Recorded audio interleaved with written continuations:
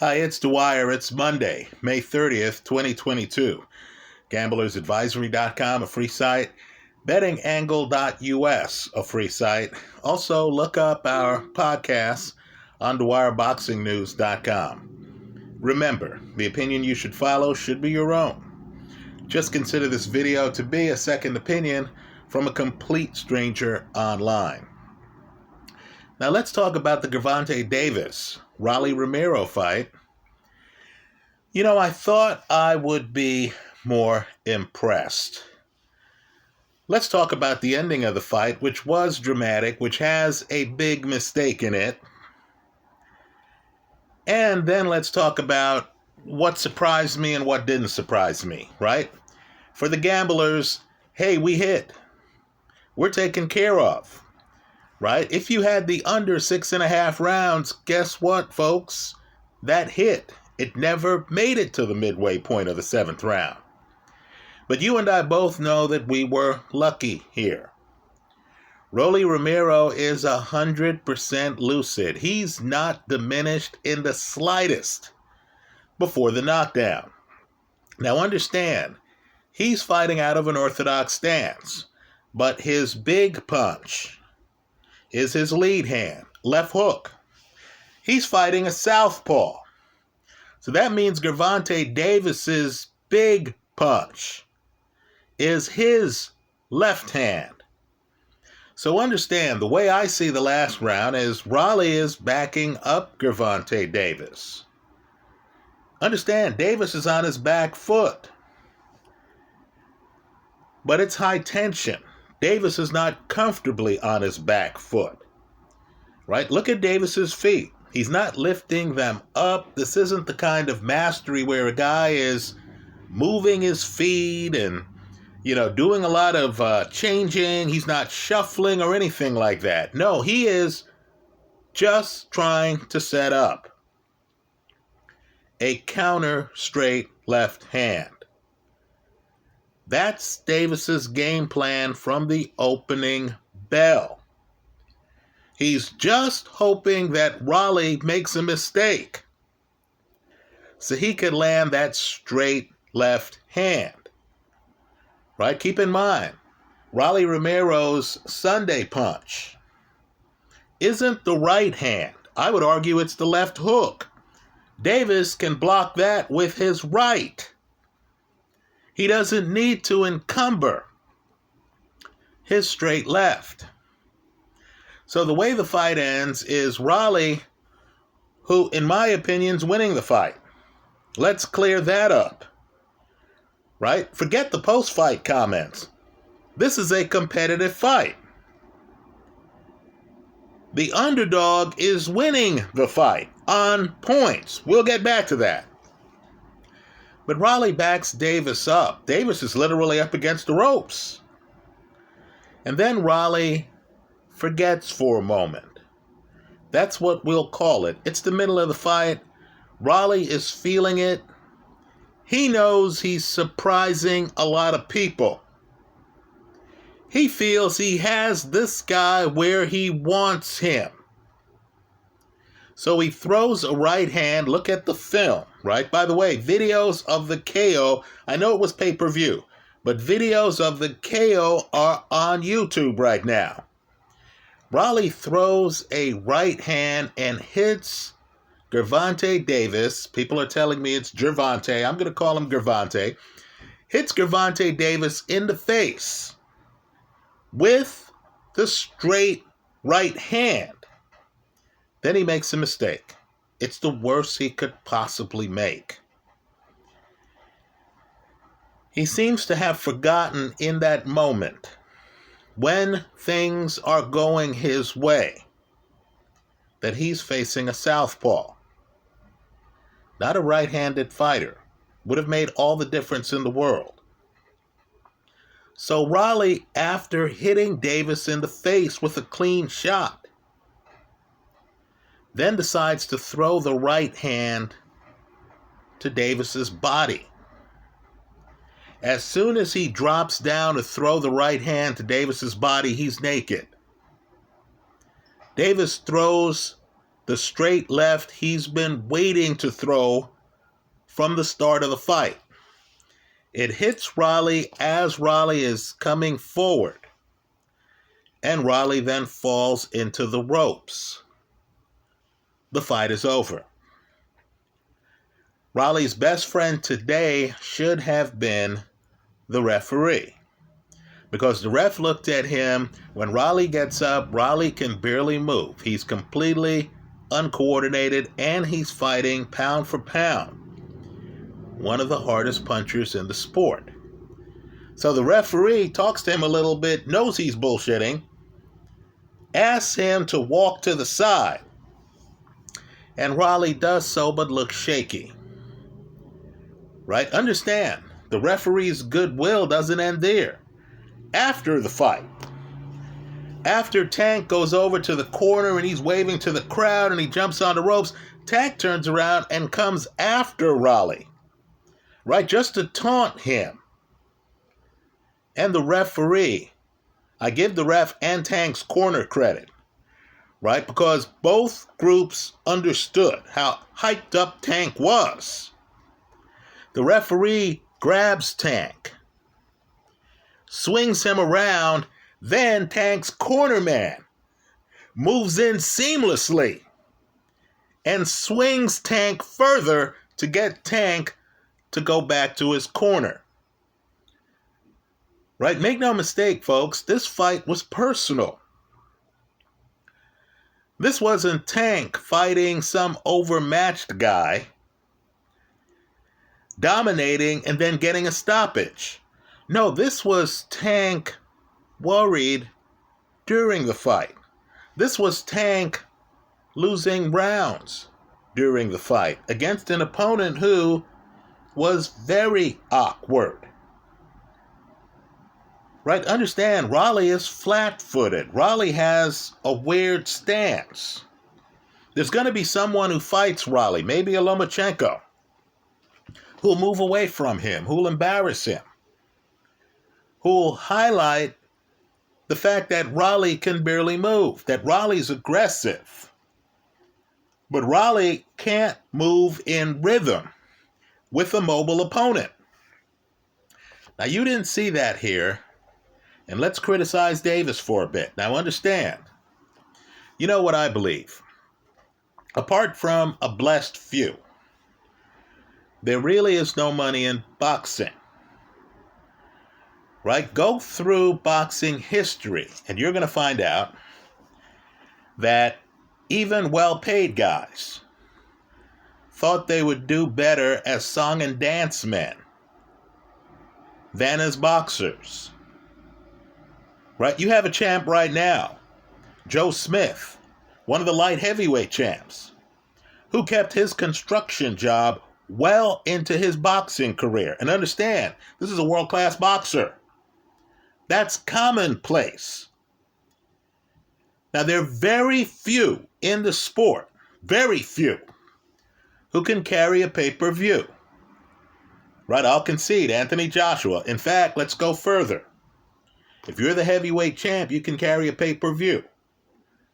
That's the biggest position in sports, right? Joshua has been one. Obviously, Tyson Fury and Usyk are the heavyweight champs today, right? We'll give Canelo his due, right? Gervonta Davis is one of the few who carries the crowd with him. Let me point out the corollary to this. You have some great fighters, Terrence Crawford's one of them, who aren't fan favorites, right? There is no direct correlation between how good the fighter is and the crowd he draws.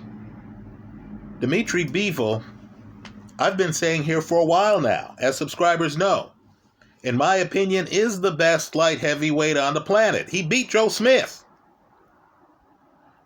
Right? He beat Joe Smith. According to reports, his fight against Canelo, one of boxing's biggest draws, did not crack 400,000 pay-per-view buys. Now, the information is murky. If you have better information, please leave it in the comment section of this video. But let's tip off subscribers here. Whatever is left in the video or in the comment section, you need to double check. But understand, this sport has several guys who are unbeaten, who can barely draw. Floyd Mayweather, early in his career, could barely draw fans. Right? If you go online and research the comments of his former manager, James Prince, you'll actually come across some Prince quotes where he talks about how Floyd at one point in his career, as he's winning, this is an unbeaten fighter. By the way, his last fight was excellent. The Don Moore fight was excellent, by the way. Look at that. It's in my favorites folder. The whole fight. Right? Well, James Prince talked about how Floyd at one point in his career, while winning, could not draw flies to a dumpster. Now, just understand, Gervonta Davis is a draw. He's a big draw. You know, a fight between him and Ryan Garcia. And Garcia has a chance based on what I just saw.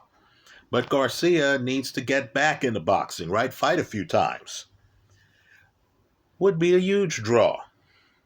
Even though, let's be blunt here, you have Kambosos, you have Haney, you have Lomachenko, right? You have others who might be better than Ryan Garcia. Let's just be blunt, at 135 pounds. So I'm watching Davis, and let's just, be straightforward here. I'm watching Davis as I would watch someone who is a major financial player in the sport. That's who he is. Right? People know his name. People know his nickname, Tank. Davis has crossed the Atlantic already to fight. Davis is global. So I'm watching Gervonta Davis, and let's just say I'm impressed that Davis, who is one of boxing's biggest punchers, isn't just diving into the pocket being reckless. No, this is the guy on his back foot. This is the guy who basically says to Romero, okay, look, you're going to have to box me. This isn't blood and guts. Davis is actually doing boxing moves. Understand, Davis really is a boxer puncher. He's more than a puncher. Right, so Davis is there. He has his stance. You'll notice his legs. He always has that right leg in front of his left leg. Right, he most of the time has that left hand cocked. He's mindful of Romero's left hook. Clearly, Davis has carefully studied Romero before they're in the ring. I know, boxers never admit it. I know boxers want you to believe that they know nothing about the guy they're fighting. They're just going off the guy in the corner. Look, I'm sure Davis's corner is A+, but Davis knew all about Rolly Romero. Here's what did not impress me. Davis needs to do something to win the slow rounds. Right? I got news for fighters. In most rounds, people don't get badly hurt. People don't get dropped. The first time you think about how you've been doing in the slow rounds shouldn't be the 10th round of the fight when you're thinking, man, this fight might go the distance. Did I do enough in the early rounds? No. From the opening bell, you need to think about having enough volume so a judge at ringside who isn't stargazing can legitimately give you the round. Now, you had stargazing here. Only one judge out of 3 had Rolly Romero winning the fight. I don't know how that's possible. I understand looking up this fight online, looking at some of the fan feedback. Other fans thought Davis was doing well. I didn't. Right? Davis is doing well in terms of surviving. In terms of having a boxing match breakout. In a fight involving him, a fighter with an extensive amateur pedigree, against a guy, Romero, who lost a few times as an amateur, doesn't have the extensive amateur pedigree, and who had won most of his fights by knockout. So here, Davis is forcing Romero to box. Also, Davis, the slugger, knows the ring. So Davis is backing up. He knows where the ropes are. Right? When he's back up against the ropes, he still has the left hand cocked. But he's not doing enough to win the rounds. It's Romero who is the aggressor. It's Romero who is forcing the action. It's Romero. Romero missed a few times. It's Romero, at least, who's making the effort to land shots. Not Davis. Davis is too much of a counter puncher here. And Davis isn't the kind of counter puncher who's thinking, oh, I got to win this round. I got to be active. I got to throw enough counters. I got to flurry. Davis would do well watching Sugar Ray Leonard films. Right? Ray was a guy who understood, man, I haven't been active enough this round. So there'd be 30 seconds left in the round. Ray, who had blinding hand speed, would then start moving his hands. Right? You'd be fooled. You would watch the last 30 seconds and you thought, man, that was a Ray Leonard round. Then you would see the replay and you'd say, man, Ray wasn't doing a lot in that round, was he? Gervonta needs tricks like that.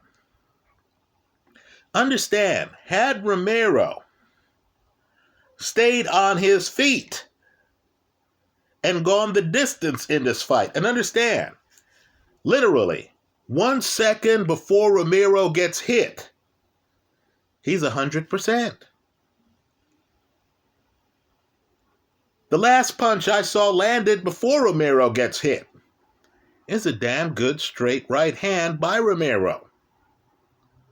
Right, Romero, this isn't the fight where a superior fighter weakened the opponent and Romero's hanging on and then gets hit by that one last shot. No, this is the fight where the opponent's like, hey man, this is my night. Hey, we're in the 6th round. I've won at least 4 of the rounds. Right, you're going to have to stop me to win this fight. Right, Romero's in the position that, in my opinion, multiple opponents of Deontay Wilder have been in. Right, Luis Ortiz. After 5 rounds, you're looking at Wilder and you're thinking, man, I'm winning this fight. It's like, I'm not thinking of giving up. I'm not discouraged. This stage is not too big for me. I'm winning this fight. How did this guy ever get favored by the bookmakers? Shouldn't I be the favorite? That's the seat Romero is in. I want you to look at the positioning too. Romero has Davis up against the ropes. Don't get me wrong. Davis has his feet right. Davis is ready to fire. Davis doesn't have his feet parallel where he can't get leverage. Davis is always ready to throw a big punch. I credit him with that. But I had him losing at least 4 of the first 5 rounds. Understand, the fight's a tense fight. You're waiting for the action to break out. You understand, okay, these guys are playing chess. Now, where it got disappointing is I'm looking at Rolly Romero, who's unorthodox. And as I've said before, the unorthodox guys can be the most dangerous because you don't know what to expect. But I'm looking at how he's standing, and I see him setting up his stance, and I just kept wondering to myself, would Lomachenko watch this guy setting up his stance and getting ready to try to load up and just stand there and not move? Not force the guy to reset. Not have the guy walking into punches, not in the 6th round, but in the 1st round, the 2nd round. Wouldn't Loma impose his pacing of the fight, his tempo, on Rolly Romero? So Tank now is leaving, according to reports. Who knows what the inside story is? I'm not a boxing insider. He's leaving Mayweather Promotions. He wants to promote himself. Tank, please pick up the phone and call Mikey Garcia. Right? There's certain fighters who have declared their independence for some time now. Pick up the phone and call Canelo. Right? Those are the guys leading the charge who, have the promoters working for them. They're not working for the promoters. But, folks, isn't the water deep at 135 pounds?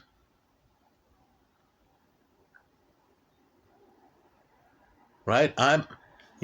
Tank was having problems with Mario Barrios, I believe his name was. That's the fight where Floyd had to tell Tank, hey, player, step on the gas. You need to do something. Well, this fight came after that fight.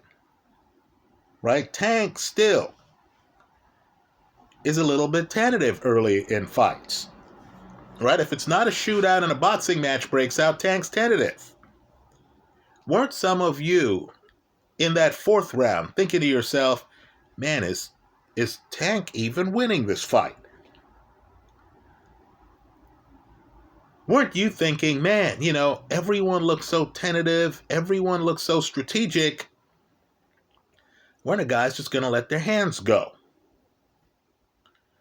Right, you see Rolly on his front foot. He's coming forward. He's taking his time. He's setting up his balance. And you thought to yourself, man, when is Tank going to dissuade this guy? Discourage this guy from being so full of himself? So the fight literally comes down to a mistake. Rolly lands the right hand up top. Right? Should have just thrown the left hook for the hell of it. You hit the guy with a good shot, come back with the left hook. In the moment, I believe Rolly forgot he's fighting a southpaw. So he bends down to throw the right hand. Now, if he's fighting a right-handed fighter, if that guy comes across with his left, okay, he's getting hit with his non-dominant hand. Right? He might be able to take that like Davis took his right hand, which isn't his best punch. Instead, he's dealing with Gervonta Davis, who gets a free shot with a straight left. Right? Free shot. This is even worse than the Marquez-Manny Pacquiao fight. Because in that fight, Marquez is kind of hiding his plans. Here you knew just off the stance that Davis was loading up, getting ready to load up on a straight left. And Rolly still went to his body with his right hand. Rolly got hit, could not survive. So now we're getting the cover-up. First, the judges want you to believe that Rolly wasn't winning the fight. Come on.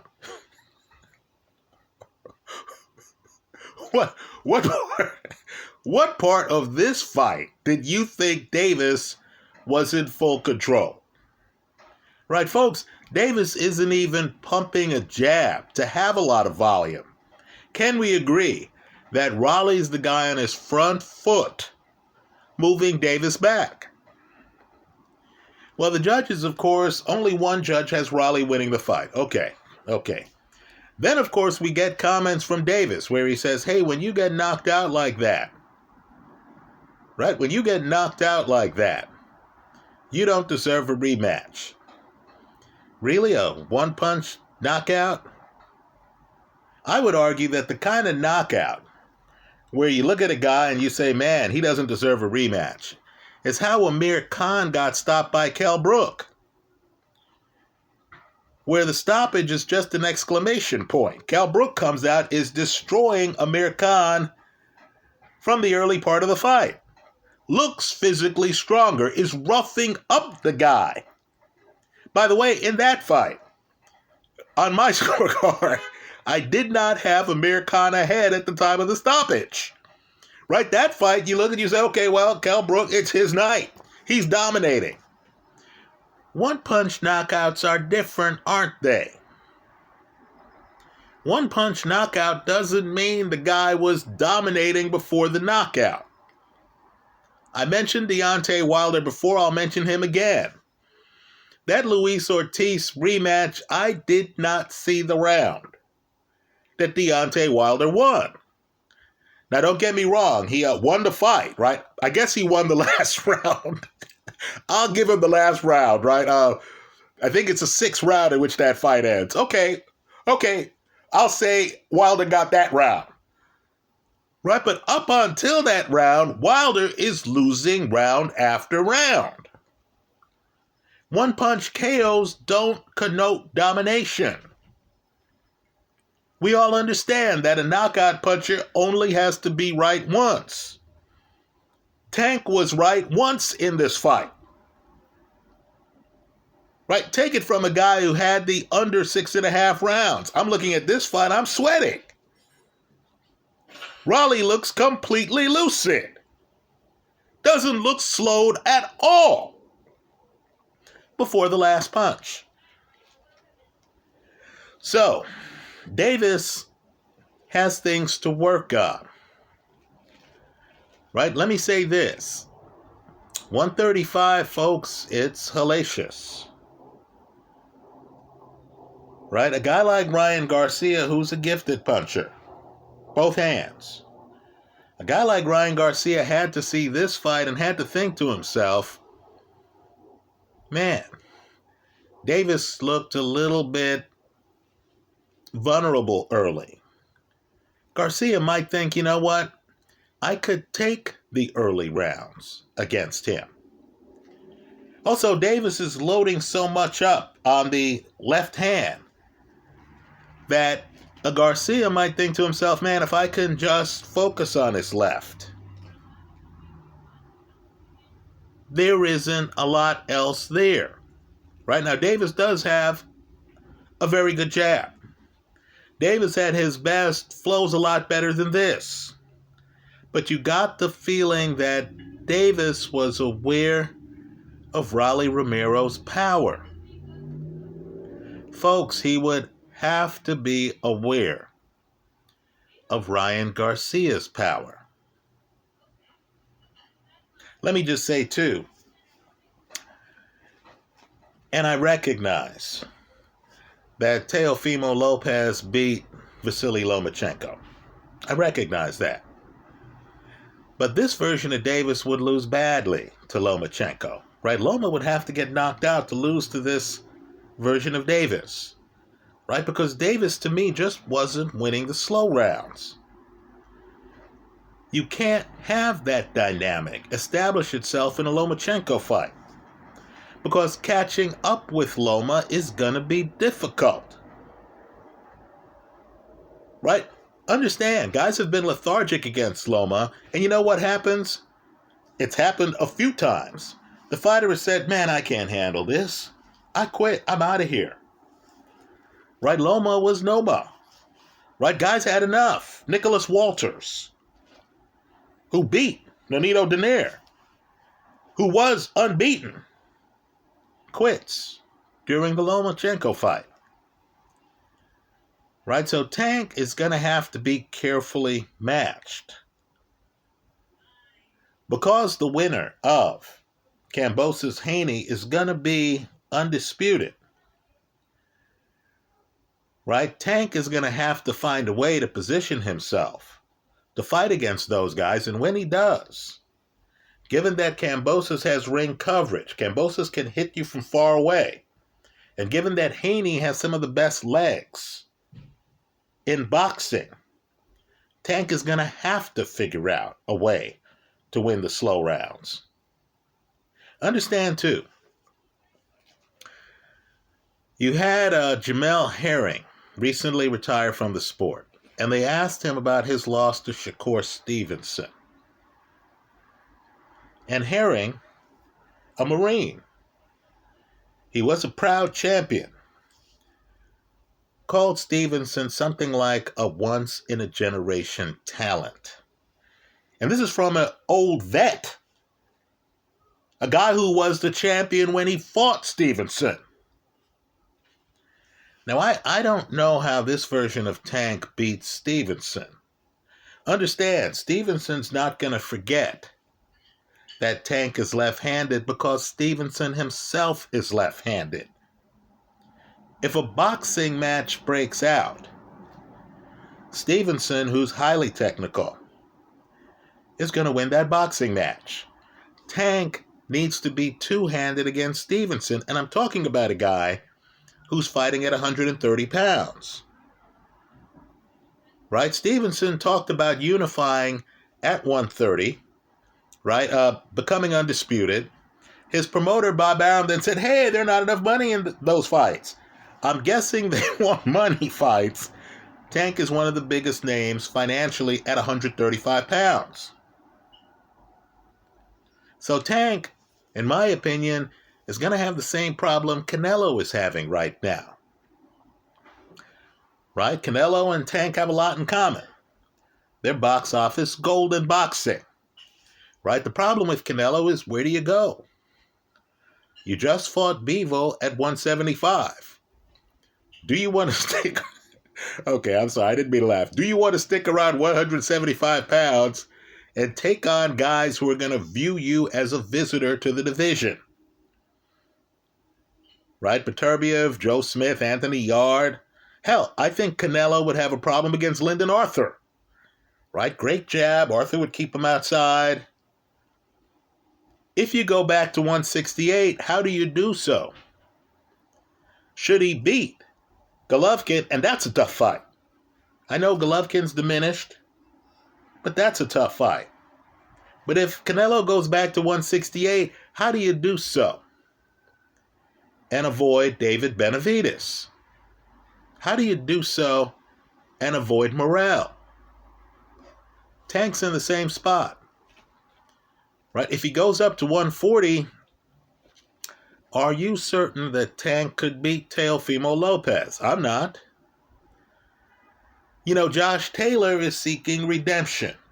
He's tired of hearing about how he lost his last fight, except with the judges. Right? Josh Taylor is rough, folks. Undisputed at 140. He's rough. Do you stick around 135? This version of Tank, how does this version keep up with a Devin Haney? Right? If you're going to fight Ryan Garcia, now's the time to fight him before he gets a few fights under his belt. Right? You want to fight a young lion when he's just back in the forest. The longer the guy is in the forest, the more dangerous he becomes. The more he learns the lay of the land. But against a Ryan Garcia, wow, are you sure you want to fight him when you were this tentative in this match? Right? Doesn't Garcia hit as hard as Rolly Romero? And unlike Romero, isn't Garcia two-handed? I congratulate Tank. I congratulate gamblers. Right? You know, whoo. Thank goodness. Thank you, Tank, for closing out the fight. The problem is Romero was too awake and too alert at the end of it. Right? The work done up to that point didn't deplete him. That's how I see it. Let me hear from you. I hope you leave your comments in the comment section of this video. Thanks for stopping by.